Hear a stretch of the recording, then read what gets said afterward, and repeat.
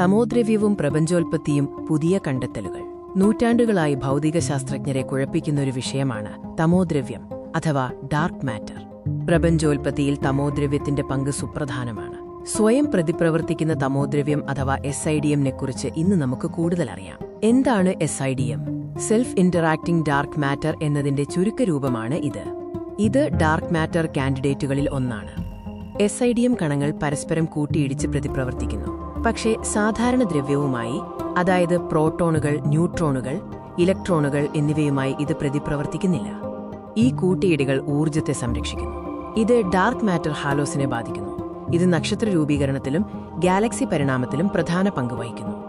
SIDM-ന്റെ ഈ പ്രത്യേകത ഗുരുത്വാകർഷണ താപ തകർച്ച അഥവാ ഗ്രേവോതെർമൽ കൊളാപ്സ് എന്ന പ്രക്രിയയ്ക്ക് കാരണമാകുന്നു. ഈ സ്വയം പ്രതിപ്രവർത്തിക്കുന്ന തമോദ്രവ്യം ഹാലോസിനുള്ളിൽ ഊർജ്ജത്തെ പുറത്തേക്കെത്തിക്കാൻ ശ്രമിക്കുന്നു.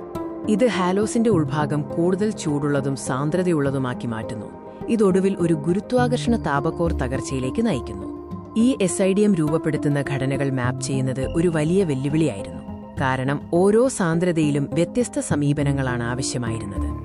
ഡാർക്ക് മാറ്ററിന് കുറഞ്ഞ സാന്ദ്രതയുള്ളപ്പോൾ N-ബോഡി സിമുലേഷൻ രീതി നന്നായി പ്രവർത്തിക്കും, ഉയർന്ന സാന്ദ്രതയിൽ ഒരു ഫ്ലൂയിഡ് സമീപനവും. പക്ഷേ ഈ രണ്ടിനും ഇടയിലുള്ള ഭാഗത്തിന് നല്ലൊരു രീതി ഉണ്ടായിരുന്നില്ല. കുറഞ്ഞ സാന്ദ്രതയുള്ള ഭാഗങ്ങളും ഉയർന്ന സാന്ദ്രതയുള്ള ഭാഗങ്ങളും തമ്മിലുള്ള ഭാഗത്ത് കൃത്യമായി പോകാൻ ഒരു ഇന്റർമീഡിയറ്റ് റേഞ്ച് സമീപനം ആവശ്യമായിരുന്നു. അവിടെ നിന്നാണ് ഈ പുതിയ പ്രോജക്റ്റ് ഉടലെടുത്തത്. ഈ കുറവ് നികത്താൻ ജെയിംസ് ഗുരിയനും സൈമൺ മേയും ചേർന്ന് KISS-SIDM എന്നൊരു കോഡ് വികസിപ്പിച്ചു. മുമ്പുണ്ടായിരുന്ന കോഡുകളേക്കാൾ വേഗതയേറിയതും കൃത്യതയുള്ളതുമാണ് ഈ KISS-SIDM കോഡ്.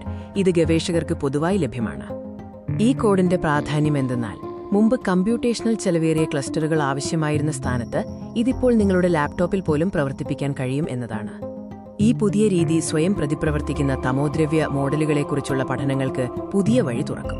ഗാലക്സി നിരീക്ഷണങ്ങളിൽ കാണുന്ന ചില അപാകതകൾക്ക് ഈ പുതിയ സിമുലേഷൻ കോഡ് വഴി പരിഹാരം കണ്ടെത്താൻ കഴിഞ്ഞേക്കും. ഈ പുതിയ രീതി മുമ്പ് പ്രായോഗികമല്ലാതിരുന്ന ഡാർക്ക് മാറ്റർ പഠനങ്ങൾക്കും പുതിയ ഭൗതികശാസ്ത്ര പഠനത്തിനും വഴി തുറക്കുമെന്ന് ഗവേഷകർ അഭിപ്രായപ്പെടുന്നു. ഈ തകർച്ചയുടെ അന്തിമഫലം എന്തായിരിക്കും എന്നതാണ് അടുത്ത പ്രധാന ചോദ്യം. തമോഗർത്ത രൂപീകരണത്തിലെ SIDM-ന്റെ സ്വാധീനം പഠിക്കാൻ ഈ കോഡ് ഒരു വലിയ ചുവടുവെപ്പാണ്.